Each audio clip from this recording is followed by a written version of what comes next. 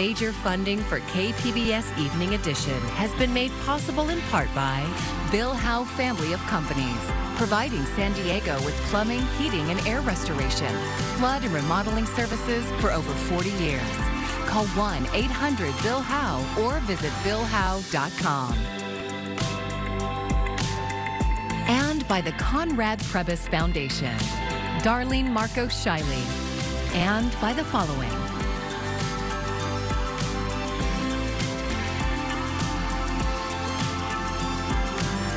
And by viewers like you. Thank you.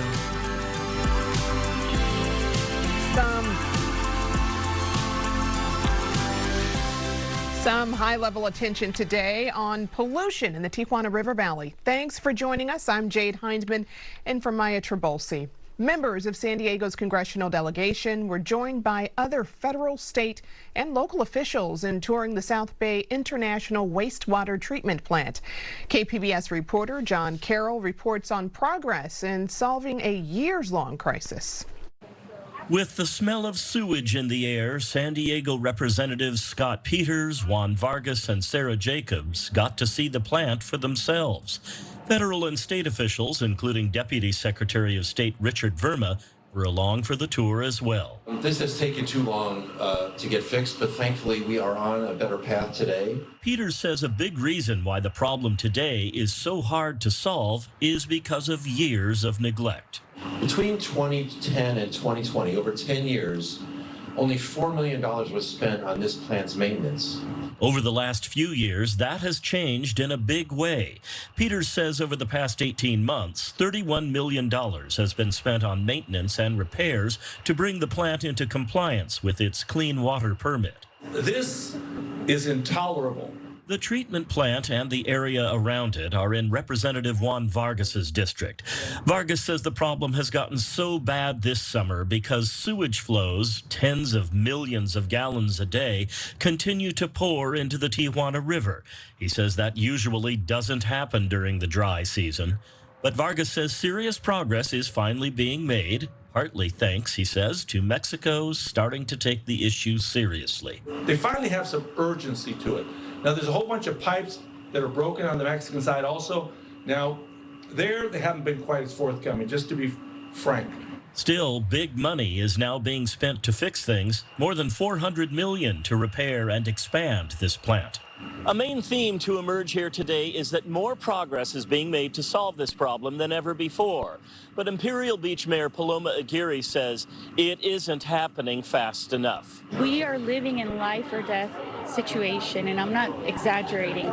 Aguirre repeated her call for President Biden and Governor Newsom to declare a state of emergency here to help speed things along. The levels of hydrogen sulfide that we are all being exposed to are hundreds of times above the safety levels for humans. Yes, fixing and expanding the treatment plant will make a difference and a dent, but it will not address the primary source of pollution to us, which is the Tijuana River itself. That's why we need the state of emergency. But Aguirre says she fears, even with the commitment of hundreds of millions of dollars, a true, lasting solution to this stinky, hazardous problem may still be years away. John Carroll, KPBS News.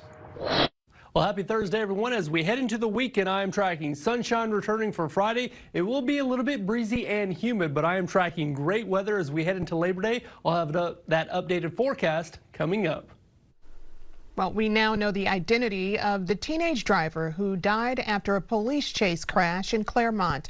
The San Diego County Medical Examiner's Office identified the driver as 16-year-old Edgar Giovanni Oviedo. Our media partner KGTV talked to two of his cousins at the crash site where a memorial has been set up for him. They said their cousin, who went by Gio, was getting food that Monday night. He was always looking out for family. He would always text my sister and I, and from what I know, other family members, he was always trying to keep in touch. Sorry, I have a knot in my throat. But yeah, it's very unfortunate how it happened, and the family is very sad. We feel for, obviously, the police officers that were involved. Well, 30-year-old officer Austin Machitar was also killed in the crash. Officer Zach Martinez, who was in the same patrol car, remains in the hospital with serious injuries. According to the California Department of Motor Vehicles, the teen driver did not have a license. And Vice President Kamala Harris and her running mate, Minnesota Governor Tim Walz, are set to appear for their first joint interview on CNN this evening. It's Harris's first unscripted sit-down with a journalist since she became the Democratic presidential nominee. Our Washington correspondent, Julia Benbrook, has more on what's at stake.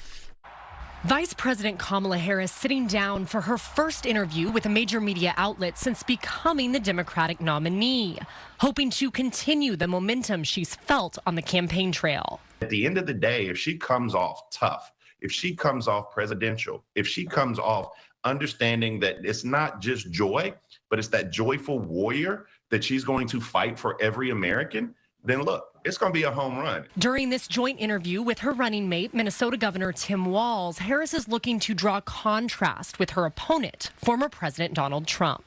Right? That's what we're doing here. It's a job interview and it's a competition.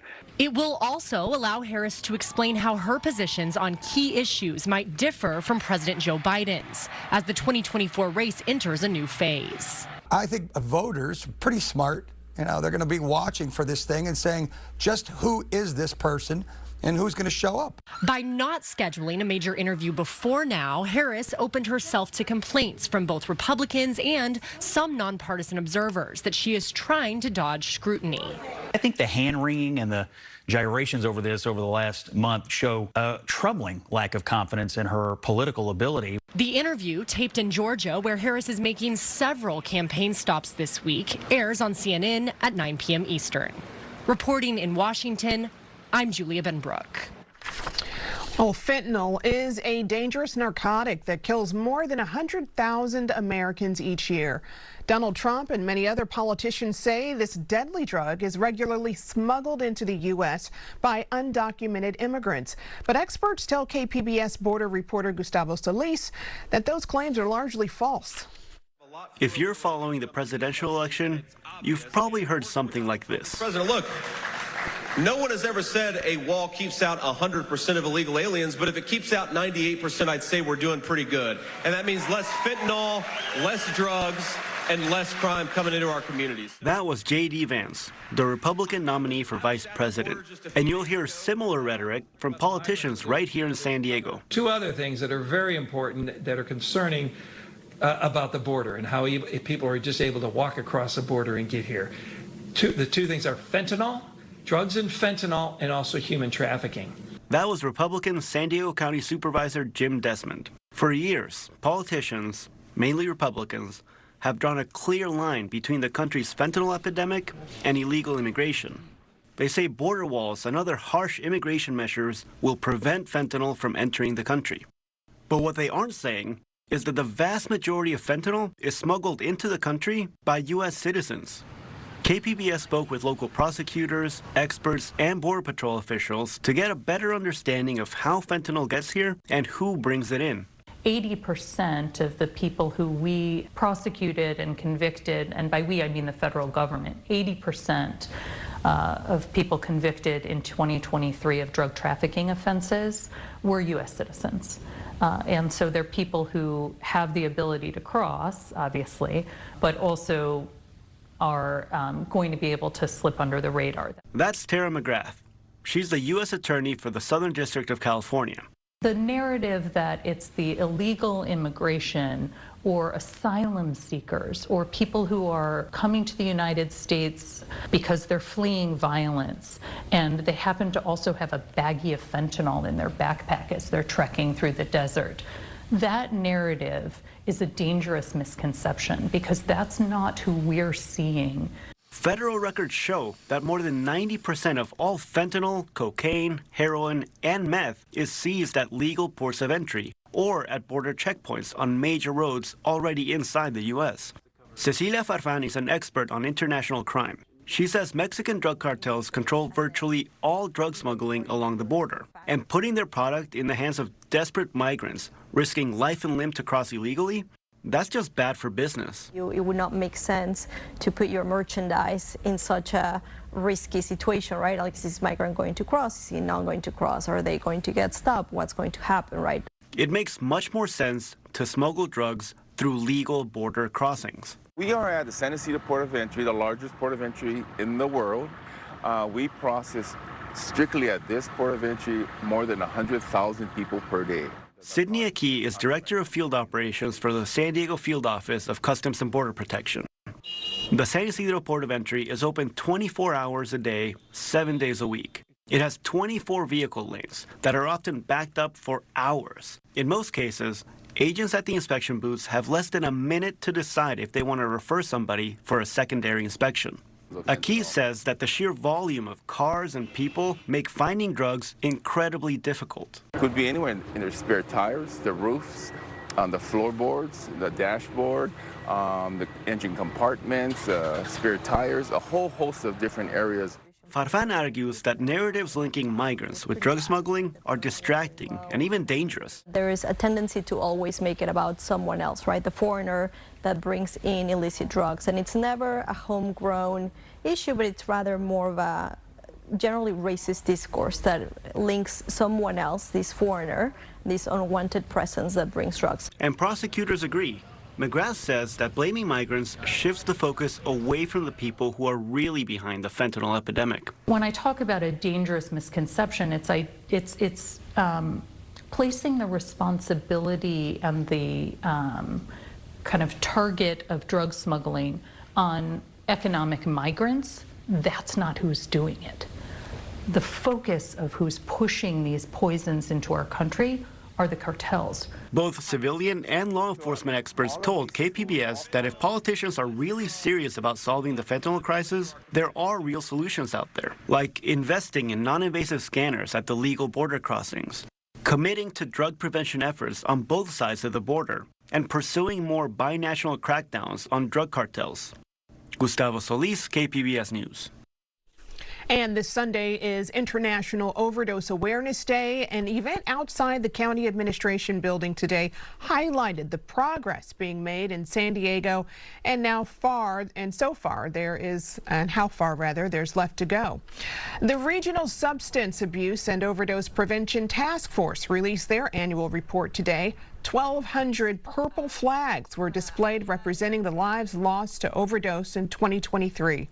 County District Attorney and Task Force Co-Chair Summer Steffen says it's 77 fewer lives than the previous year.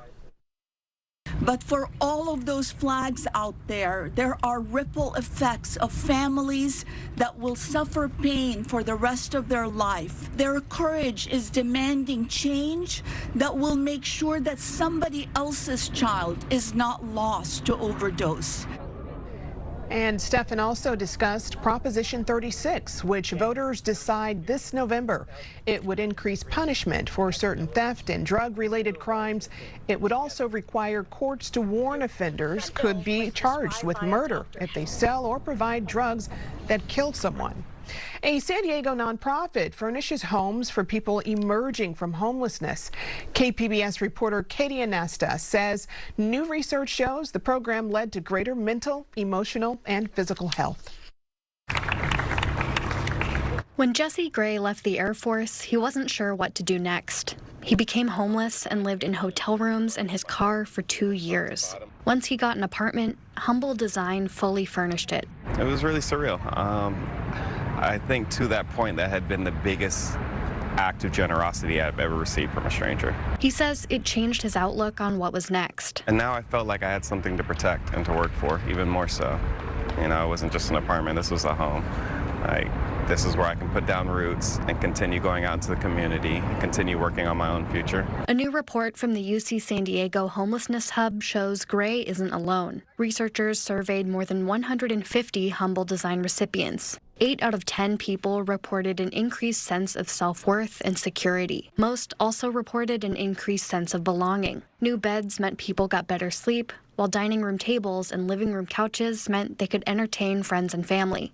You feel a disconnect from society when you're experiencing homelessness, and the Humble intervention is essentially righting that ship for people. Most survey participants moved into housing in 2021 and 2022, and nearly all of them have stayed in their homes. Countywide, a quarter of people who enter housing return to homelessness within 2 years. Katie Anastas, KPBS News.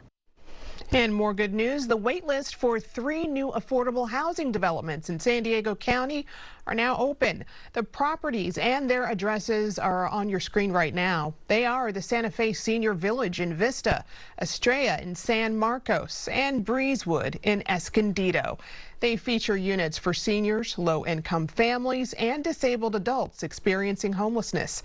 This week, the county released an interactive map to help people find affordable homes that they qualify for. And our media partner, KGTV, spoke to a full-time working mother who says that's just part of the solution. I call myself a blind spot because I had no traumas, no domestic violence issues, no teen pregnancies for my daughter and myself. I wasn't a veteran. I wasn't a migrant. I didn't have any addiction. Selected applicants would pay rent equal to about 30% of their income. Interested renters can apply online on the county website or in person at the Housing and Community Development Services office. And we have an update for you on our story from yesterday about the encampment discussion at the Carlsbad City Council meeting this week. We incorrectly reported that Carlsbad does not have an encampment ban, but the ban was approved by the City Council in 2021. The discussion was about updating the ban to reflect the latest U.S. Supreme Court ruling not requiring shelter beds to be available before issuing a citation. We apologize for that error. A donation from an Encinitas resident could change the fate of an empty city-owned lot at the heart of an affordable housing debate. KPBS North County reporter Tanya Thorne explains. Affordable housing or park? That's been the long and contentious debate over the empty city-owned lot off of Quail Gardens Drive in Encinitas. In June, City Council discussed an affordable housing development of 30 to 45 units on the site. No decision was made, and the council formed a new task force instead that will explore locations for affordable housing in Encinitas.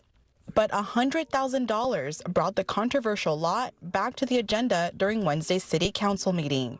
And I want to do something good for my neighbors. They've been good to me. I've really enjoyed living in Encinitas. Glenn Johnson has offered the city $100,000 to establish a park on the lot and name it after his wife, Sally Johnson.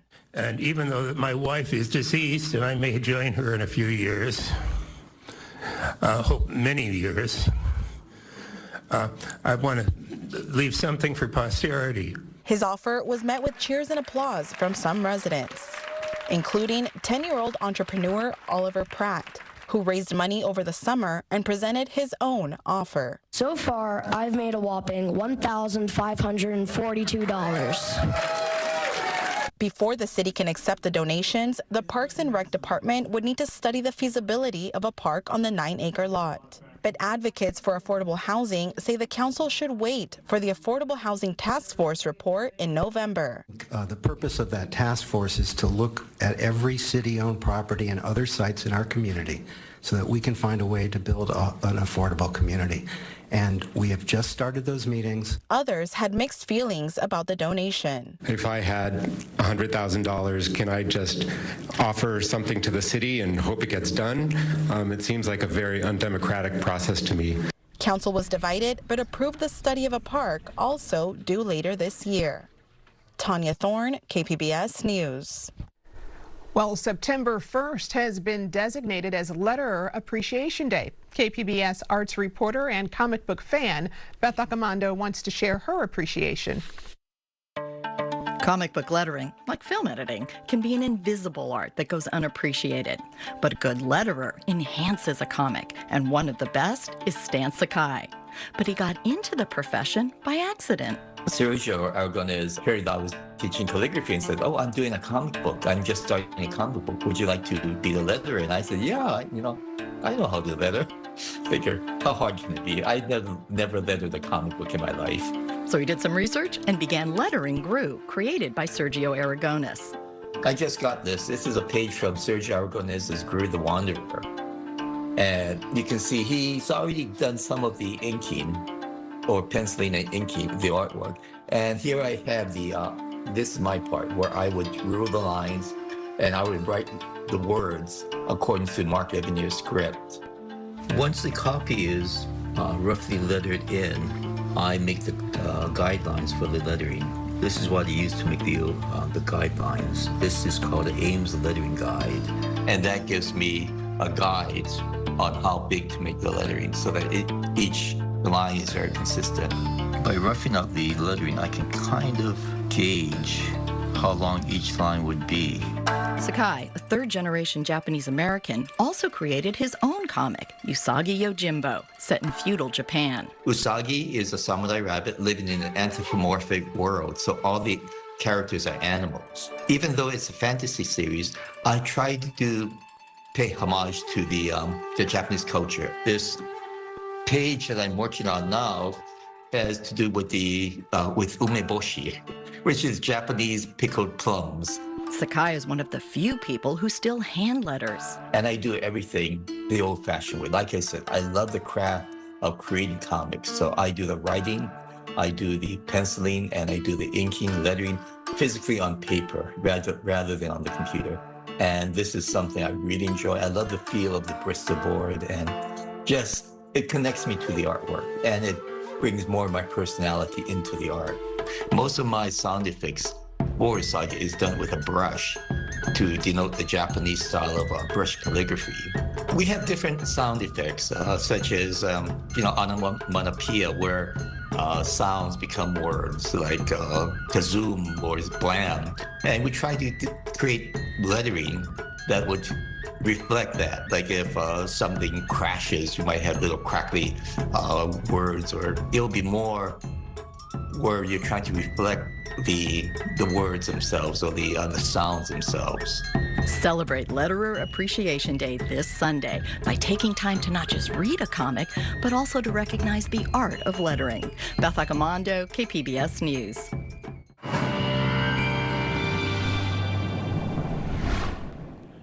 As we head throughout the next couple of days, I am tracking the sunshine making return to the forecast starting tomorrow. It is going to be a little bit warm. It is going to be a little bit breezy, but overall great weather here as we head into Labor Day. For tonight, I'm tracking some low clouds near the coast, but overnight lows will be a mix of mid to upper 60s. Pretty mild for this time of year, about average. Across the rest of the coast, we'll see temperatures a mix of 60s. It'll be at 62 for Oceanside and Camp Pendleton. Well, the upper areas will see some 70s, and then the mountainous regions will be a little bit cooler in the 50s, but overall about average temperatures here for this time of year. And then as we head into tomorrow's forecast is looking pretty good. Here's that sunshine returning that I was talking about, and we are going to see plenty of it. A little bit more cloud coverage the farther north you go, so Oceanside up through Temecula, you'll see a little bit more cloud coverage with temperatures in the upper 70s. We'll be in the 80s for Escondido.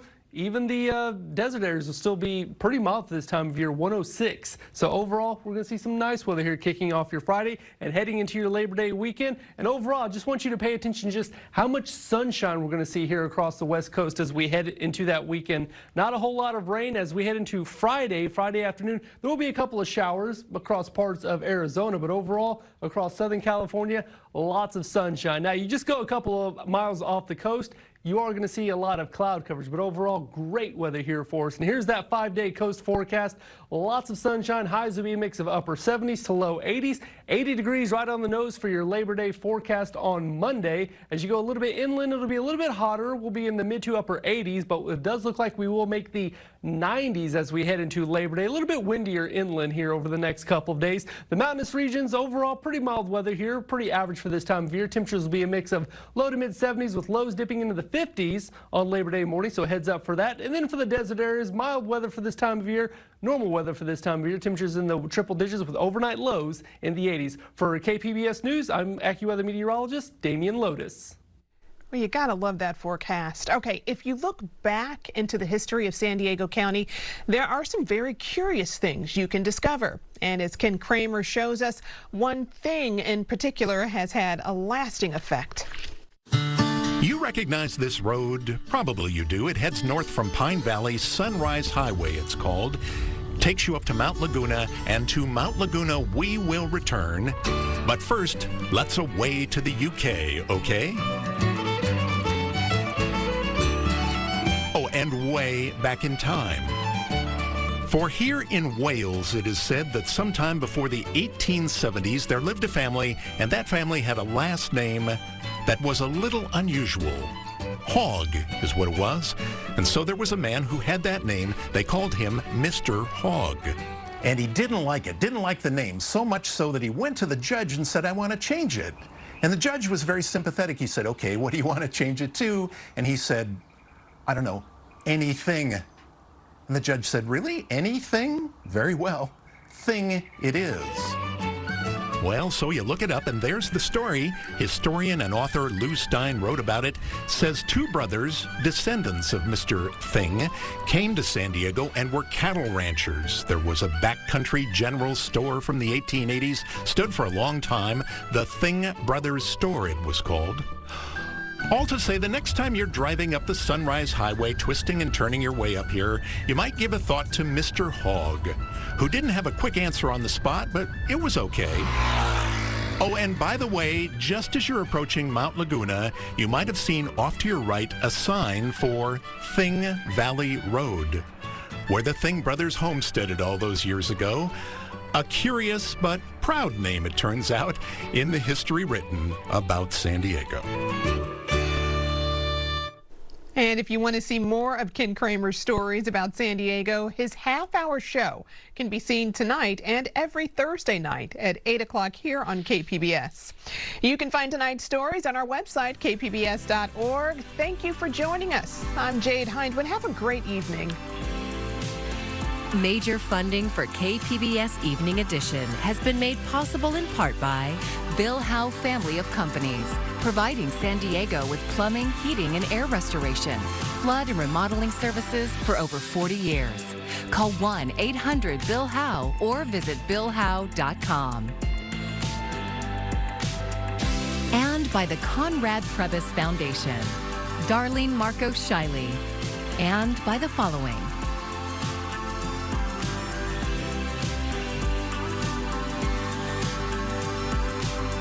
And by viewers like you. Thank you.